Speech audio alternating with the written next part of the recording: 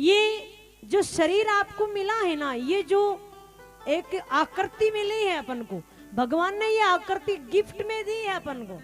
एक बड़ी प्रिय कथा आती है और इस कथा को मैंने बहुत बार अपने आप में पढ़ा है, मंच पे तो आज पहली बार ही मैं आपको कहने जा रही हूं।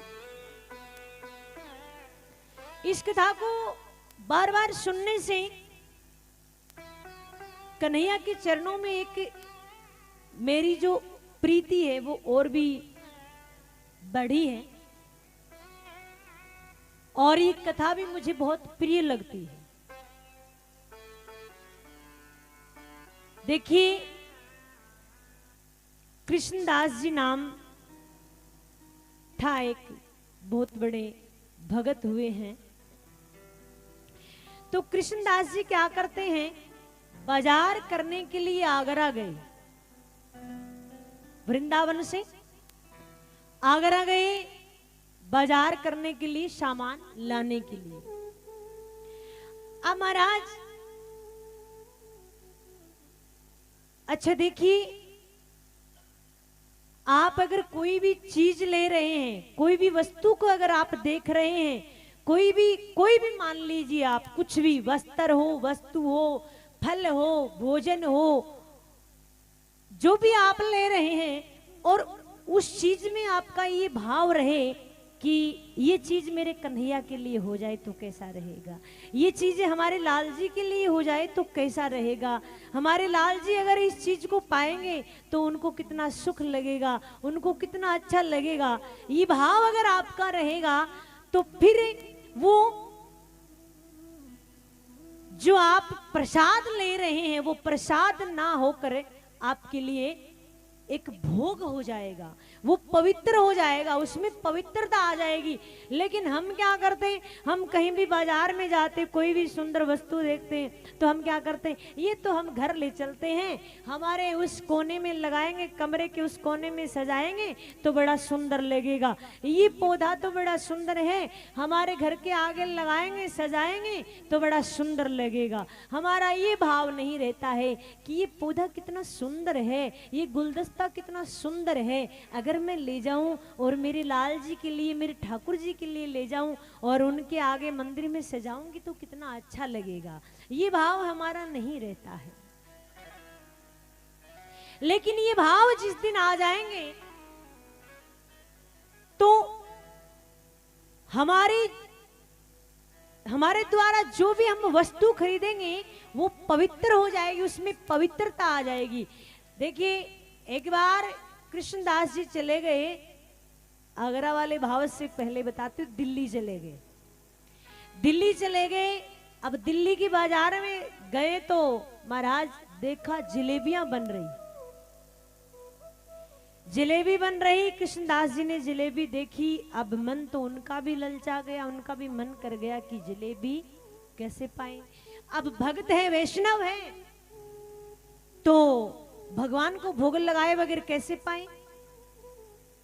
मन में विचार करने लगे, ये गरम गरम जलेबियां बन रही है और ये जलेबियां अगर मैं मेरे लाल जी को पवाता तो मेरे लाल जी को कितना सुख प्राप्त होता, लेकिन अब मैं कैसे पवाऊं है, और ये तो बाजार में है, अब मैं पवा भी नहीं सकता, अब मैं क्या करूं।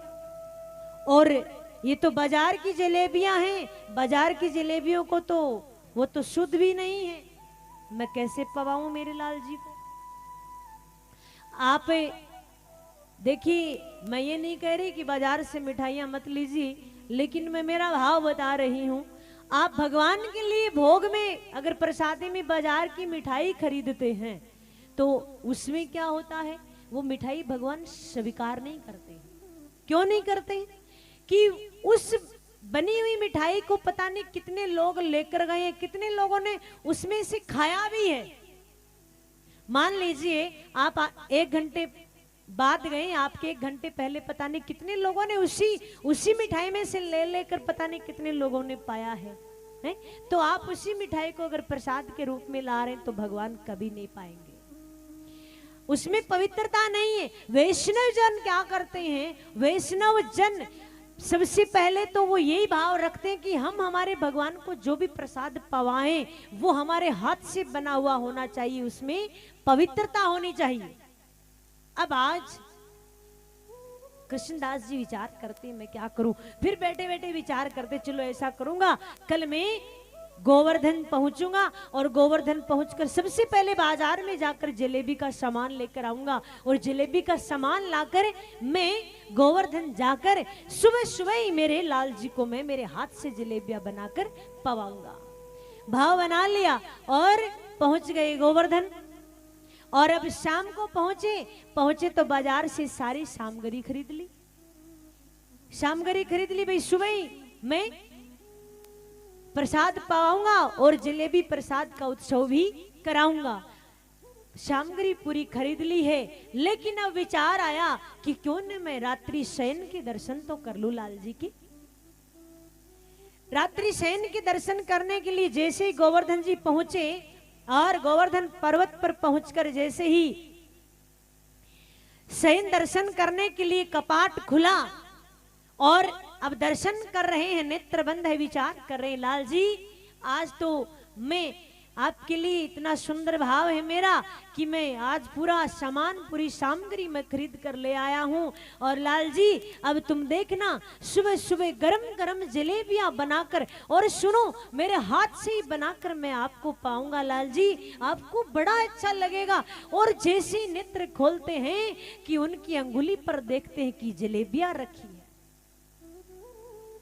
उनकी अंगुली पर देखते हैं कि जलेबियां रखी हैं। अब तो महाराज कृष्णदास जी से रुका नहीं गया, रुदन करने लग गए, नेत्र सजल हो गए, रोने लग गए और अपने हाथ से अपने लाल जी को जलेबियां पवाई। अपना ये भाव होना चाहिए। अगर आपका देखिए, मैं तो यहां तक भी कहती हूँ, आप घर से चलते हैं ना तो ये भाव बनाकर जाया करो कि आज मैं दर्शन करने जा रही हूँ, चाहे ठाकुर जी के जाओ, चाहे आप जिस भी भगवान को मानते हो, क्योंकि भगवान तो एक ही है, रूप अनेक है। आप ये भाव बनाकर जाइए कि आज मैं ठाकुर जी के मंदिर जा रही हूँ, आज मैंने पीले वस्त्र धारण किए, मेरे लाल जी ने भी आज पीले वस्त्र धारण कर रखे हो, तो कैसा लगेगा, कितना अच्छा लगेगा। और हाँ, भगवान ने आपको स्वीकार किया है कि नहीं किया है ये भी मैं आपको बताती हूँ। आपको कैसे लगेगा कि मेरे भगवान ने स्वीकार कर लिया है। जिस दिन आप ये भाव बनाकर चलेंगे कि मैंने पीले कलर में साड़ी पहनी है, आज मैं मंदिर जा रही हूँ, मेरे भगवान ने भी अगर पीले कलर में वस्त्र धारण कर रखे तो कैसा लगेगा। और आप जाए और जाकर देखें कि सच में ही भगवान ने पीले वस्त्र धारण कर रखे, जैसा मैंने सोचा था वैसे ही वस्त्र धारण कर रखे, तो आप समझिए कि आपको भगवान ने ग्रहण कर लिया है, आपको भगवान ने अपनी शरण में ले लिया है। अब महाराज क्या होता है, कृष्णदास जी पहुंचते हैं आगरा के बाजार में, और आगरा के बाजार में जाते हैं, सामग्री खरीद रहे हैं आगरा के बाजार में। और सामग्री खरीदते हैं तो महाराज क्या होता है, कुछ उनको एक सुंदर राग सुनाई देता है कानों में, और जैसी राग सुनाई देता इतना सुंदर लगता है उनको। अब वो सामग्री खरीदना बाजार करना भूल जाते हैं, और जिधर से वो शब्द सुनाई दे रहे उधर ही वो जाने लगते हैं। एक गली में जाते हैं, फिर दूसरी गली में जाते हैं, फिर तीसरी गली में जाते हैं, और जैसे ही तीसरी गली में जाते हैं तो काफी से लोग खड़े हैं, भीड़ लगी है, काफी से मन चले लोग खड़े हैं, और एक सुंदर स्त्री इतने सुंदर स्वर में गा रही है, और इतना सुंदर उनका स्वरूप है, और अपने पांव में घुंघरू बांधकर वो नृत्य कर रही। कौन थी वो एक वेश्या था। अब देखिए, उस वेश्या का नृत्य देखकर, उसका स्वरूप देखकर एक बार तो वो भी मोहित हो गए, लेकिन उनका भाव ये बना कि ये इतना सुंदर गा रही है, और इतना सुंदर इसका नृत्य है, और इतना सुंदर इसका स्वरूप है, क्यों न इसको ले जाकर मैं मेरे लाल जी के सामने प्रस्तुत करूं तो कैसा लगेगा, ये अपना सुंदर नृत्य मेरे लाल जी को दिखाएगी तो मेरे भगवान को कैसा लगेगा, ये अपना सुंदर गान उनके सामने राग उनके सामने गाएगी तो मेरे लाल जी तो आज मानो प्रसन्न ही हो जाएंगे। ये भाव उनका बन गया। अब जैसे उसका नृत्य खत्म हुआ, भीड़ लगी थी, कहां ध्यान देने वाली थी, जैसे तैसे कर कर कृष्णदास जी उनके सामने पहुंचते हैं और अब उनके सामने खड़े हैं, लेकिन वो कहां ध्यान दें, उनकी तरफ देखे तक नहीं, क्योंकि उनको तो अपने आप पे घमंड है, मान है अपने आप पे कि मेरे से सुंदर कोई हो ही नहीं सकता, मैं जैसा गाती हूं वैसा कोई गा ही नहीं सकता, मैं जैसा नृत्य करती हूं वैसा कोई कर ही नहीं सकता। जैसे तैसे कर कर कृष्णदास जी ने कहा कि सुनिए, आप जो ये नृत्य कर रही हैं, अगर आप ये नृत्य हमारे सेठ जी के सामने करें तो एक बार तो सुनाई नहीं करी, फिर बोली आपको पता है मेरी रेट, मेरी फीस क्या है? बोलो जी बताइए। बोले 50 रुपए लेती हूं मैं। उस समय अब महाराज कृष्णदास जी ने क्या किया, 50 की बजाय 100 का नोट निकाल कर दे दिया और कहा ऐसा करो, ये तो आप अपनी दीक्षिणा रख लो और हमारे सेठ जी के सामने जाकर आप नृत्य करेंगी तो हमारे सेठ जी प्रसन्न होंगे, तो वो प्रसन्न होकर आपको क्या दे दे मैं कह नहीं सकता। जैसे ही 100 का नोट देखा, उस वेश्या ने मन में विचार करने लग गई कि देखिए, जब उसका सेवक उसके पास रहने वाला इतना उदार है तो इसका सेठ कितना उदार हो सकता है? आज तो मानो ऐसा लग रहा है कि मैं इतना धन लेकर आऊंगी, वहां से इतना धन लेकर आऊंगी कि मुझे फिर कहीं से कमाने की आवश्यकता ही नहीं हो सकती। बोला कब चलना है? बोला सुबह चलिए। अब कृष्णदास जी क्या करते हैं, सुबह ही बैलगाड़ी लेकर, अपना रथ लेकर वहां पहुंच जाते हैं और अब विचार करते हैं कि सुबह हम चलेंगे तो रात्रि जब ठाकुर जी का शयन होगा उस समय हम पहुंच जाएंगे वापिस, और जैसे ही शयन के समय ये नृत्य करके ठाकुर जी को दिखाएगी तो कितना अच्छा लगेगा। बैठ जाती है बैलगाड़ी पर और चलते चलते शाम के समय वो पहुंच जाती है गोवर्धन। अब महाराज जैसे ही गोवर्धन पहुंचती है, शाम का समय है और अब कृष्णदास जी कहते हैं कि ठीक है आप अपनी तैयारी कीजिए। वो वेश्या इतनी सुंदर तैयार होकर आती, इतनी सुंदर तैयार होकर आती है, पहुंच जाती है ठाकुर जी के मंदिर के सामने, मंदिर के प्रांगण में खड़ी है। अब उसको स्वयं को ये नहीं पता है कि मैं मंदिर में खड़ी हूं, मैं कहां खड़ी हूं। वो मंदिर के प्रांगण में खड़ी है और कृष्णदास जी से बोलती है कहां है आपके सेठ जी? कृष्णदास जी ने कहा रुकिए, वो अभी भोजन कर रहे हैं, पर्दा लगा है और जैसे ही पर्दा हटेगा भोजन कर लेंगे, फ्री हो जाएंगे तो वो आपके सामने आपको बैठे मिलेंगे और आप ऐसा करना, अपना नृत्य आरंभ कर देना। बोला ठीक है। अब महाराज कृष्णदास जी ने इशारा कर दिया कि अब देखिए, अब कपाट खुलने ही वाले हैं, पर्दा हटने ही वाला है और अब वो वेश्या टकटकी लगाकर देख रही है उस पर्दे की तरफ कि कब वो सेठ जी मुझे दिखे और कब मैं नृत्य करूं। लेकिन महाराज जैसे ही वो पर्दा हटा, कपाट खुले, उस वेश्या की स्थिति तो ये हो गई कि उसको पता ही नहीं रहा कि मैं क्या करने के लिए आई थी और मैं कौन हूं। अब इशारा कर रही है, वो टकटकी लगाकर देखी जा रही है और कृष्णदास जी इशारा कर रहे हैं कि नाचिए, अपना नृत्य आरंभ कीजिए, गाइए कुछ। वो वेश्या कुछ गा नहीं पाती। वो अपनी राग रागनी, अपना जो ज्ञान था, अपना जो ऐश्वर्य था, जिस बात का घमंड था, सब भूल जाती है। खूब कोशिश करती है नाचने की लेकिन नाच नहीं पाती है। कृष्णदास जी इशारा करते नाचिए नाचिए। अब पैर रख कहीं रही है और पैर जा कहीं रहा। है, मन की दशा ही कछु और ही बहिरे, मन की दशा ही कुछ और हो गई। जिस बात का घमंड था वो घमंड कहीं और ही चला गया। वो इस प्रकार से देख रही है और इस प्रकार से उसकी दशा हो गई है कि मैं आज तक क्या कर रही थी, मैंने आज तक क्या किया, मैंने आज तक संसार को खुश किया और मैंने कुछ किया ही नहीं, लेकिन मैं आज इनको क्या दूं, मेरे पास कुछ नहीं है।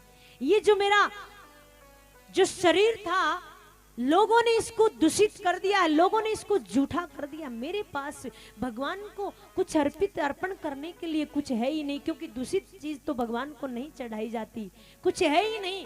अब वो खड़े खड़े उनको इशारा कर रहे हैं कि कुछ तो करिए, कुछ तो गाइए, कुछ तो बोलिए।